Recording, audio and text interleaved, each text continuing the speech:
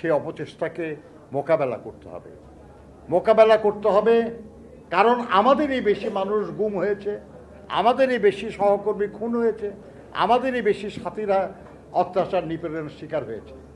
কাজেই তাদের দিকে তাকিয়ে তাদের স্মৃতিকে মাথায় রেখে আমাদেরকে এই যে আন্দোলনের ফসল, এই ফসলটা জনগণের কাছে পৌঁছে দিতে হবে। আর সেই লক্ষ্যে আমাদের আন্দোলন সংগ্রামকে এগিয়ে নিয়ে যেতে হবে। আগামী নির্বাচনটা আমাদের সেই আন্দোলনেরই একটা অংশ। নির্বাচন ছাড়া তো গণতন্ত্র হয় না।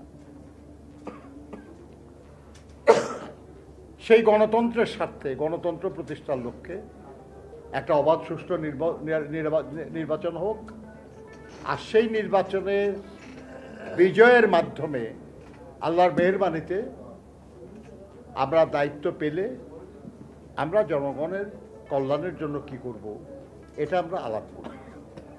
বন্ধুরা আমার, সবাই দাবি করবে যে তারা সবচেয়ে ভালো, তাদেরকে ভোট দেন, করবে না দাবি সবাই, এটা যে কোনো প্রার্থী দাবি করে আর কি। একটা জিনিস বলি আপনাদের, এই যে একটা এসি চলতেছে বা একটা লাইট চলতেছে, এগুলো কিছু যন্ত্র দিয়ে এটা চালানো হয়তো নাকি? এই যন্ত্রগুলির দাম কতই বা, আর এটা কতটা বা জটিল যন্ত্র। কিন্তু এই যন্ত্র যদি আপনি কাউকে কোনো নষ্ট হয় আর যদি কাউকে আপনি রিপেয়ার মেনটেনেন্স করতে বলেন কিংবা ইনস্টল করতে বলেন, তাহলে কি আপনি যে কাউকে অনুমতি দিবেন করতে? যে কাউকে আপনার সুযোগ দিবেন করতে? আপনি খুঁজে বের করবেন না যে কার একটা কাজটা করার অভিজ্ঞতা আছে, যে কাজটা বোঝে জানে, তাকে না আপনি দায়িত্ব দিবেন, তাই না?